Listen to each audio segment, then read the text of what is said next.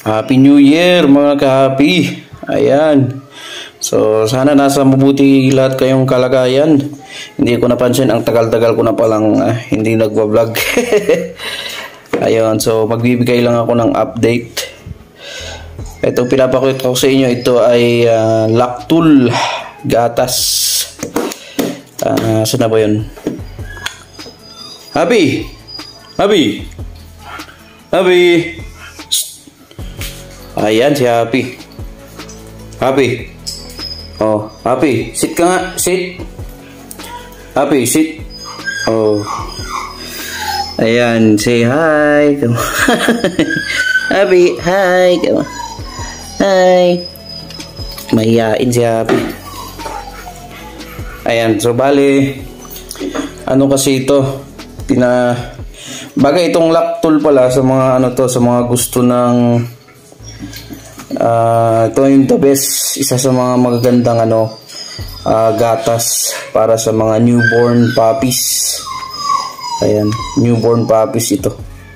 Kaya ito kahit paano kasi siya, milk replacer para sa mga hindi sa mga pang budget meal lang. Pang budget meal lang, hindi ganong kamahalan. Binili ko ata ito mga nasa 600 plus. Ayun.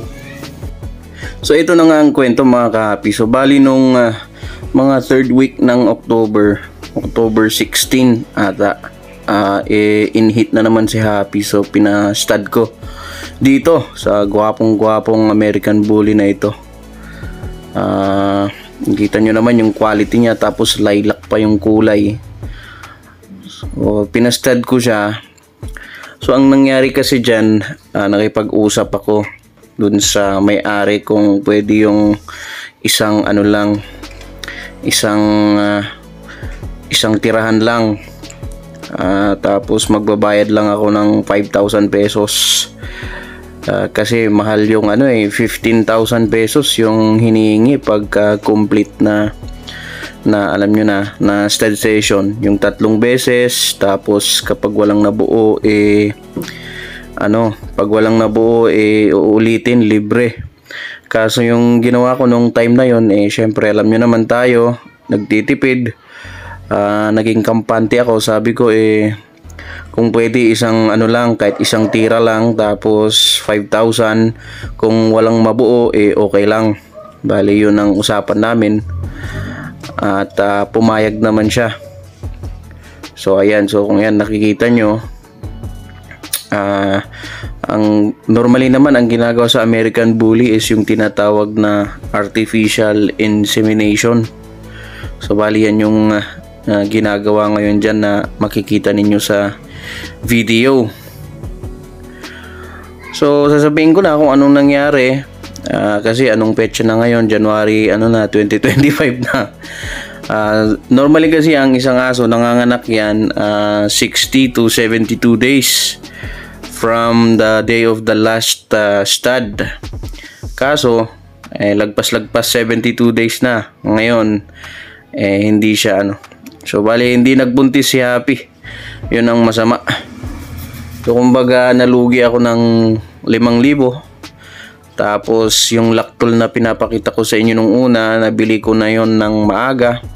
Kumbaga nagre-ready na ako na magagamit sana kung manganak si Happy sa mga puppies niya. Halimbawa pagka yung gusto lang nating manigurado na hindi sila nagkukulang sa gatas, ganyan, as a milk replacer nga. Kaso ayun, isa pa rin yun, sayang din yun, at mag-e-expire na kaagad yung gatas by next month. So yun lang. So yun lang ang update kay Happy. Sayang lang walang nabuo. So sayang ang pera, pero okay lang. Isipin na lang natin na natalo tayo sa sugal, kahit na tayo ay hindi nagsusugal ba. Sayang nga lang kasi ang ganda ng quality ng American Bully niya kahit sana kung makapagpalabas si Happy ng kahit na isang ganun na lilac din, nakaw, jackpot na sana. Kaso wala, hindi nabuo. Pero okay lang yan, tuloy ang buhay, wala namang problema dyan. So yun lang, nagbigay lang ako ng update kay Happy, at maraming salamat sa inyong panonood. Again, Happy New Year. Kung bago ka pa lang sa aking channel, Syempre, huwag mong kalimutang pindutin yung subscribe button dyan sa baba. Salamat!